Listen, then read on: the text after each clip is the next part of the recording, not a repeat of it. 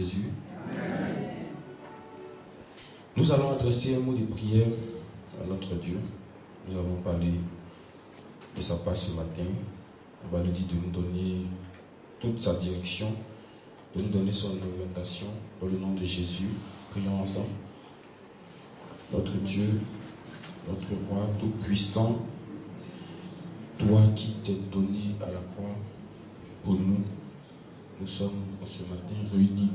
Nous voulons comprendre quelque chose que tu veux nous enseigner. Et nous voulons que tu nous mettes au pas ce matin. Donne-nous encore l'orientation de ce jour. Donne-nous encore tes pensées. Et garde-nous dans les creux de tes mains. Au nom de Jésus. Amen. Dieu vous bénisse. Ce matin encore, nous allons nous entretenir. Vous savez, comme j'ai pour habitude de le dire, la Bible que vous avez dans vos mains, la Bible avec laquelle vous marchez, la parole de Dieu avec laquelle vous marchez, est une épée. Quand on dit que tu as une âme dans la main, ça veut dire que tu es puissant. Si tu sais t'en servir, si tu sais l'utiliser.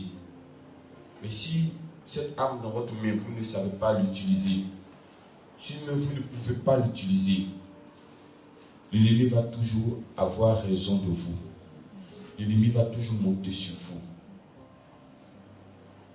Vous serez comme quelqu'un qui a effectivement un pistolet en main, mais qui n'est pas chargé. Alors que si tu as un pistolet en main et ce n'est pas chargé, ça ne sert à rien d'avoir ce pistolet. Il faut l'avoir chargé et il faut pouvoir s'en servir. Et ce n'est pas aussi tout le monde qui sait tirer avec le pistolet. Il faut qu'on t'apprenne aussi à tirer. Et celui qui peut t'apprendre à tirer, c'est quelqu'un qui a déjà lui-même tiré aussi. Sinon, celui qui n'a pas tiré ne peut pas t'apprendre à tirer. Il va peut-être t'expliquer des choses qu'il a vues dans les films, dans les documentaires. Mais ça sera des choses élémentaires. Ce qui peut t'aider, il faut que ça soit quelque chose de précis. Quelque chose qu'on peut toucher. Quelque chose qu'on peut mettre en pratique. Alors la parole qui est ici est une épée. Elle est déjà une épée. Mais c'est avec l'aide de Dieu. C'est avec l'onction de Dieu. Avec l'assistance du Saint-Esprit que vous allez savoir comment vous allez vous en servir. Si vous n'avez pas l'aide de Dieu, si vous n'avez pas l'assistance de Dieu, vous ne pouvez pas vous en servir. Ce matin, je suis venu encore avec un test, frères et sœurs, moi-même qui m'a touché, un test aussi qui m'a fait peur, un test qui m'a aussi révélé combien de fois il ne faut pas même se lamenter, il ne faut pas se presser pour certaines choses, mais il faut laisser Dieu lui-même gérer. Regardons ensemble dans Galates chapitre 6, à son verset 7.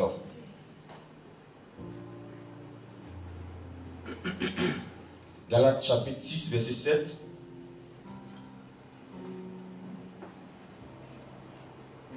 Galates 6, verset 7.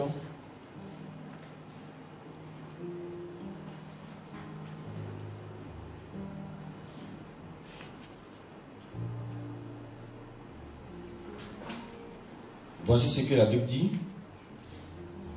En Galates 6, verset 7. Ne vous y trompez pas. On ne se moque pas de Dieu. Ce que l'homme aura semé, il le moissonnera aussi. Et verset 8.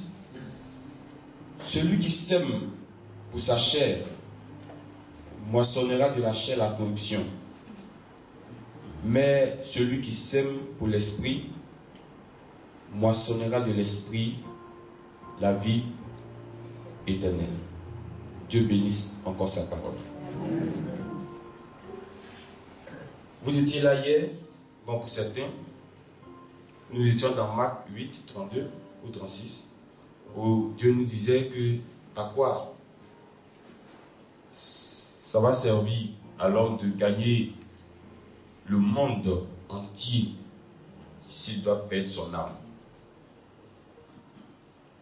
Et voici un texte encore qui vient nous interpeller. On nous dit de ne pas se tromper. Il ne faut pas qu'on se mente. Il ne faut pas qu'on se blague. Tout ce que nous faisons sur la terre et tout ce que nous disons sur la terre, que ce soit en bien, que ce soit en mal, la chose peut nous rattraper demain. Alléluia.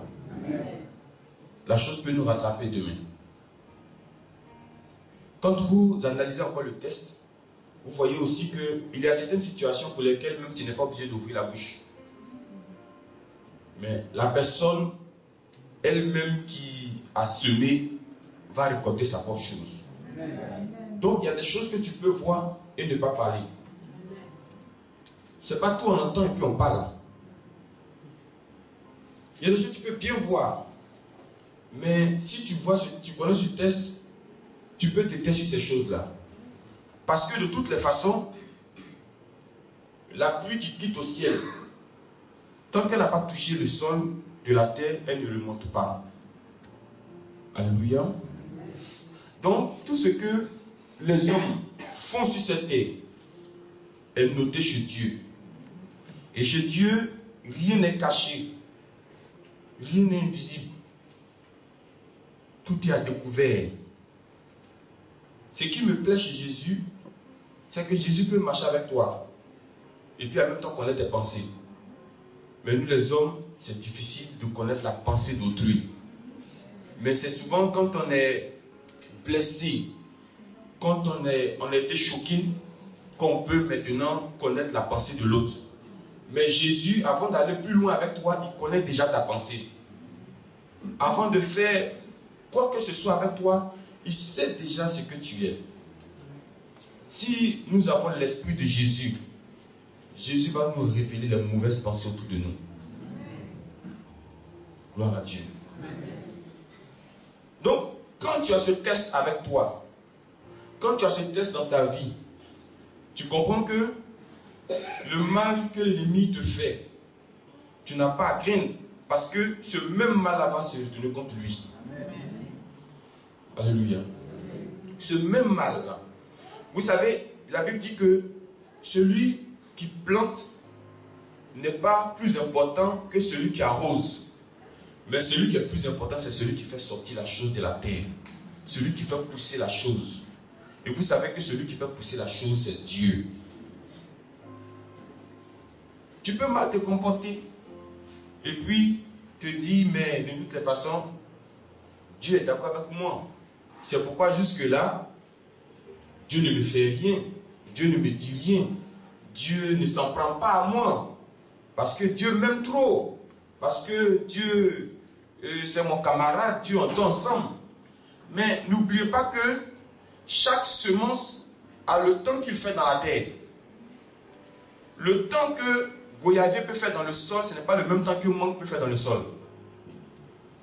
Chaque culture a son temps dans le sol. Pour d'autres, c'est 6 mois avant de sortir. Pour d'autres, c'est 1 an avant de sortir.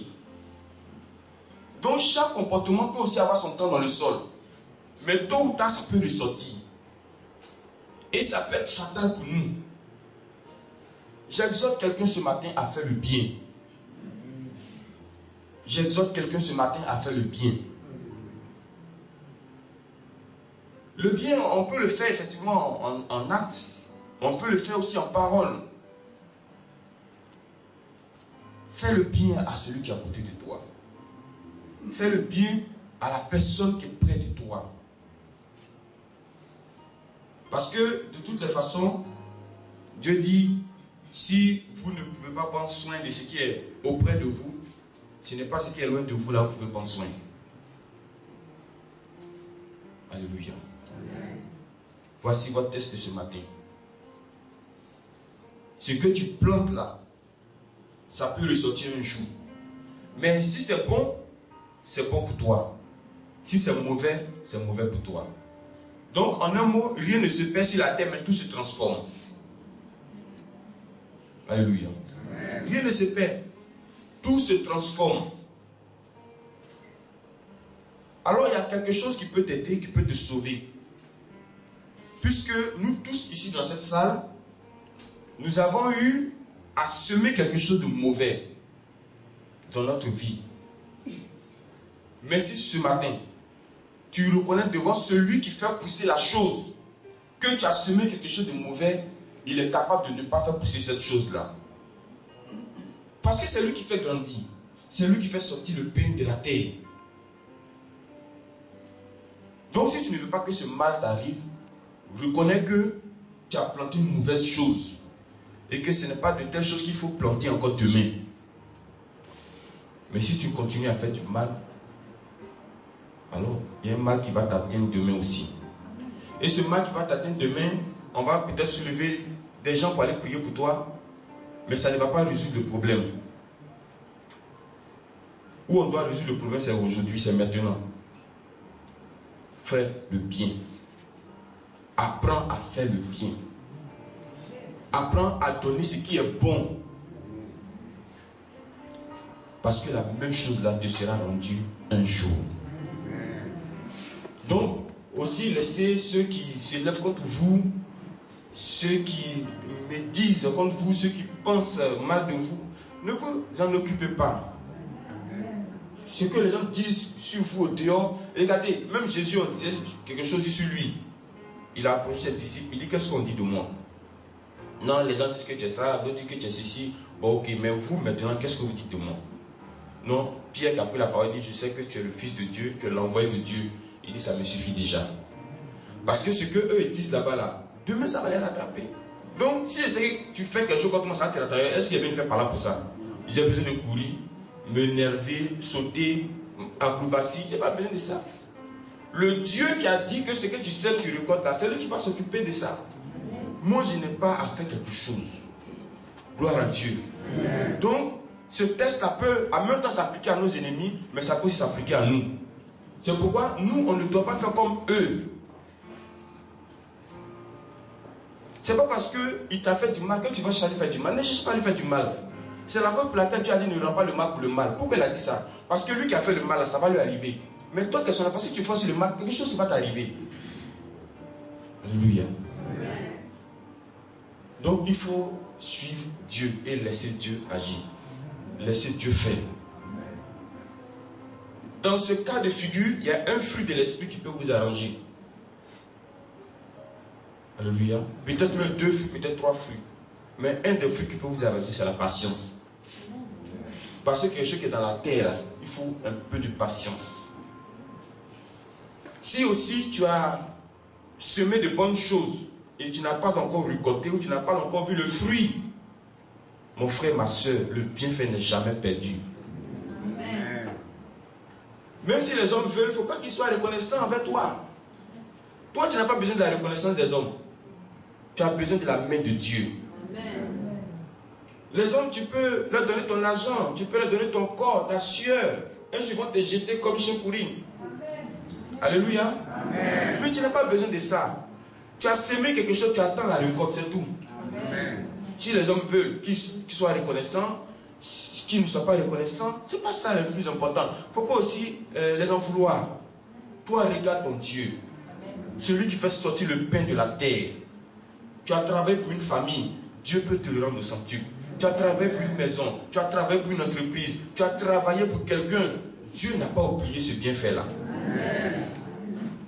Gloire à Dieu. Amen.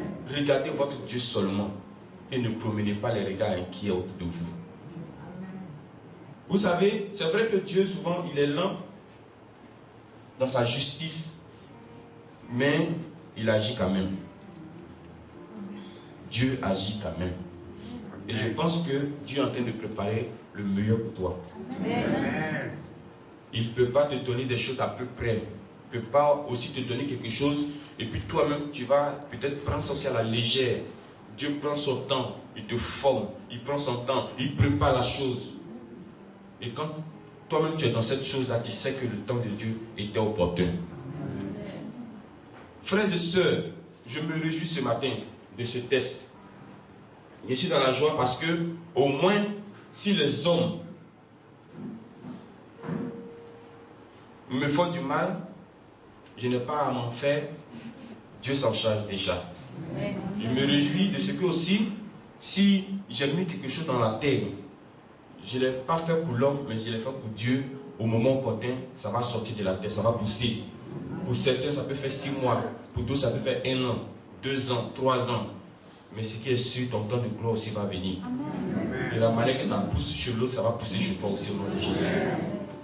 Alors, pour finir, regardez le verset 10. Ainsi donc, comme conclusion, pendant que nous en avons l'occasion, pratiquons le bien envers tous et surtout envers les frères dans la foi.